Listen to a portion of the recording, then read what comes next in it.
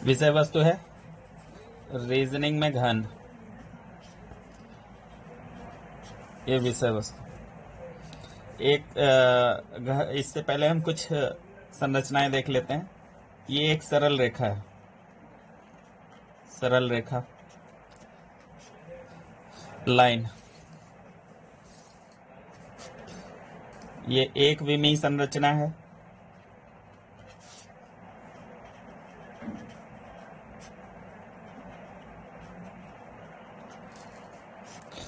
इसकी मापन की इकाई कुछ भी ले लेते हैं, जैसे मीटर। अब इस एक विमीय संरचना से हम द्विविमीय संरचना बनाते हैं। ये लंबाई हो गई, इसमें चौड़ाई भी शामिल कर लेते हैं, और चौड़ाई को शामिल करके ये हमने द्विविमीय संरचना बना ली। प्रत्येक कोण 90 डिग्री, प्रत्येक भुजा बराबर। तो ऐसी आकृति कहलाएगी वर्ग या स्क्वायर। ठीक। अब इसमें देखें द्विविमीय संरचना है, तो इसमें लंबाई और चौड़ाई होगी, लंबाई और चौड़ाई।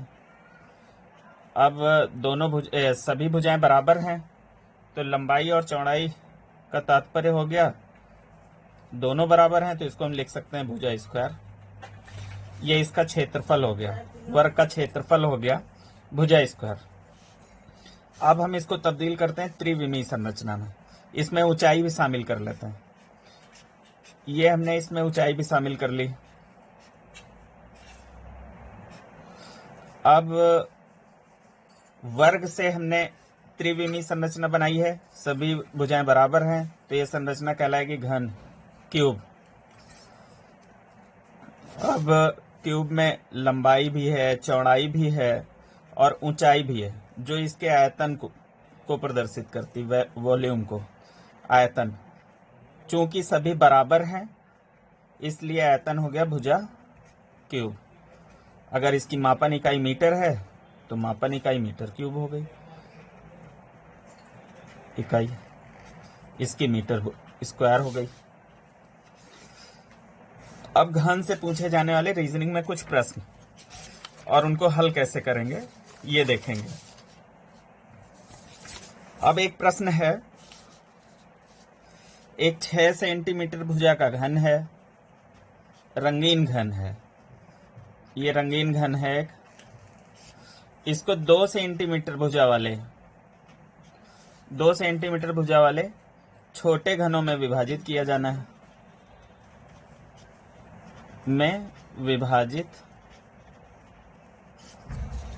तो प्रश्न इस पर कौन कौन से हैं?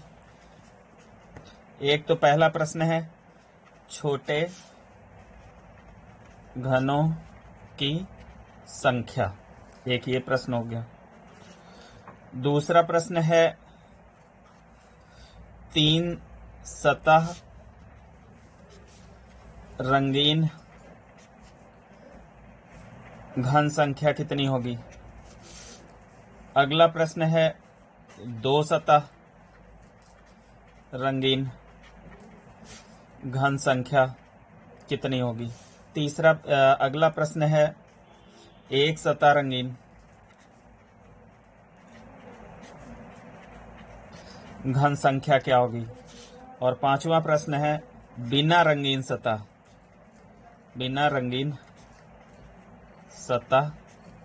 के घन। ये प्रश्न है। इनको सॉल्व करने के पहले हम लोग देखते हैं, एक ये घन है,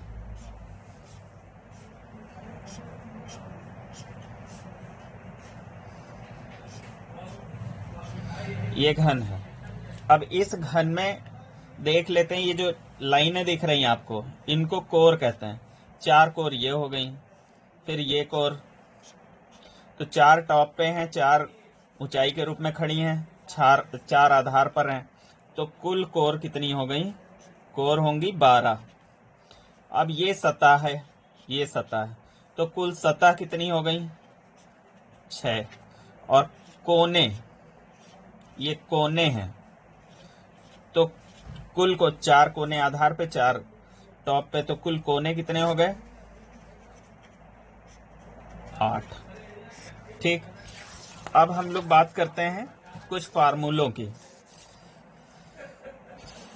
यदि कोई बड़ा घन हो, उसे छोटे घनों में विभाजित किया जाना हो, तो छोटे घनों की संख्या का फार्मूला, छोटे घनों की संख्या कैसे निकालेंगे, बराबर होगा n क्यूब। ये n क्या है? n बराबर है बड़े घन की भुजा, बड़े घन की भुजा बटे छोटे घन की भुजा।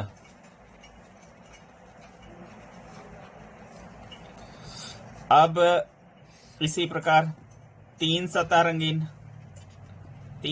रंगीन घन कितने होंगे? तो इसका फार्मूला है, जितने कोने होंगे उतने तीन सतह रंगीन घन निकलेंगे, तो 8। इसी प्रकार दो सतह रंगीन कितने घन निकलेंगे? तो दो सतह रंगीन घनों का फार्मूला है n-2 इंटू कोरों की संख्या। और कोरे कितनी है आप देख सकते हैं, ऊपर कोरे कितनी थी? 12, तो इंटू 12 हो जाएगा 12। फिर एक सतह रंगीन घनों की संख्या का फार्मूला, इसका फार्मूला है n-2 का होल स्क्वायर इंटू सतहों की संख्या। सतह अभी आपने ऊपर देखा था कितनी थी? 6, तो यहाँ पे 6 हो जाएगा। फिर बिना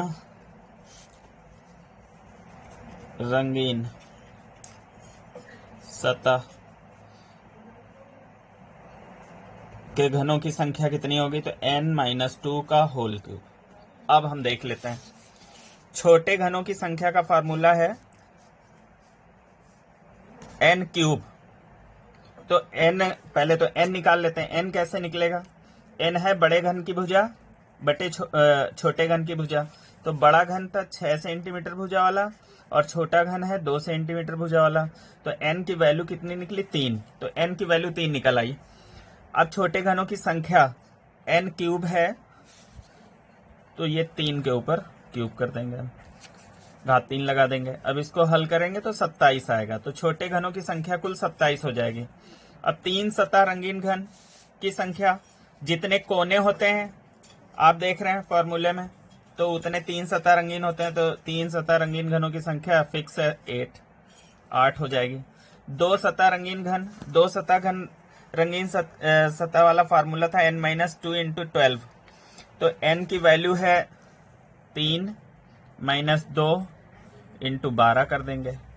इसको हल करेंगे तो आंसर 12 आ जाएगा।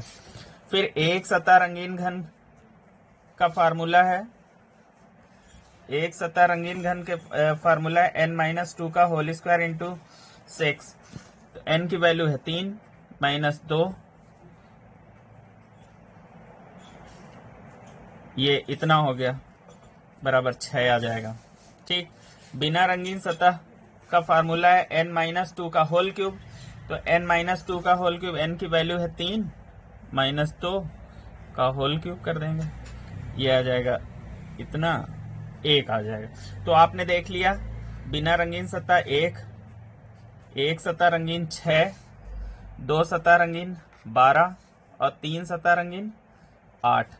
कुल इतने ही घन काटने के बाद मिलते हैं, तो इनको जोड़ लेते हैं। 8 और 12 20, 6 26, 1 27। तो 27 ही कुल छोटे घन निकले थे। अब इसको प्रैक्टिकल तौर पे देख लेते हैं। ये एक 6 सेंटीमीटर भुजा वाला, ये 6 सेंटीमीटर भुजा वाला एक घन है।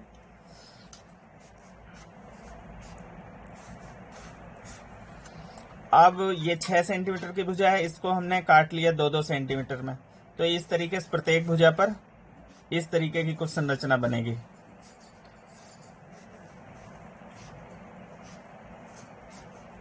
अब आप देखिए, तीन सतह रंगीन घन कोने पर दिखाई दे रहे हैं। तो तीन सतह रंगीन घन कुल कितने हो जाएंगे? 8, क्योंकि प्रत्येक कोना ये है। अब इस लाइन पे ये कोर है, इस कोर पे देखिए कोने पर 2 घन निकल गए, एक घन बचा बीच में, और इस घन की 2 सतह रंगीन निकलेंगी। तो एक कोर पर एक ऐसा घन मिल रहा है जिसकी 2 सतह रंगीन है, कुल कोरे 12 हैं, तो 2 सतह रंगीन वाले जितनी कोरे होंगी उतने हो जाएंगे 12। अब इस तरीके से हमने ये निकाल लिया, ये निकाल लिया, ये पहले ही निकल गया था कोने वाला, ये भी निकल गया। तो ये कोने वाले 3 सतह रंगीन होंगे और ये कोर वाले 2 सतह रंगीन होंगे। अब बीच में बचा एक, तो एक सतह पर केवल एक ही घन ऐसा निकल रहा है जो एक सतह रंगीन निकलेगा। तो एक सतह वाले जितनी सतहें होंगी, एक सतह पर एक है तो 6 सतहें हैं, तो 6 ऐसे घन मिल जाएंगे जिनकी एक सतह रंगीन होगी। अब आप देख लीजिए 8 और 12 20 8 और 12 20 6 26 हो गए। अब कुल घन पहले काउंट कर लेते हैं। तो आप देखिए एक ये पूरी रो है, एक रो, ऐसी 3 रो बनेंगी कुल। तो एक रो में 1 2 3 4 5 6 7 8 9, तो एक रो में 9 है, तो 3 रो में कितने हो जाएंगे, छोटे घन कितने कुल निकलेंगे। जब एक रो में 9 है, 3 रोए बन रही हैं, तो कुल कितने हो जाएंगे 27। तो छोटे घन 27 निकले थे, जिसमें 26 आपके रंगीन हो गए। अब 26 में 27, 27 में 26 घटाएंगे तो बचेगा 1। तो बिना रंगीन सतह वाला घन कितने निकलेंगे, 1। बिना रंगीन सतह 1।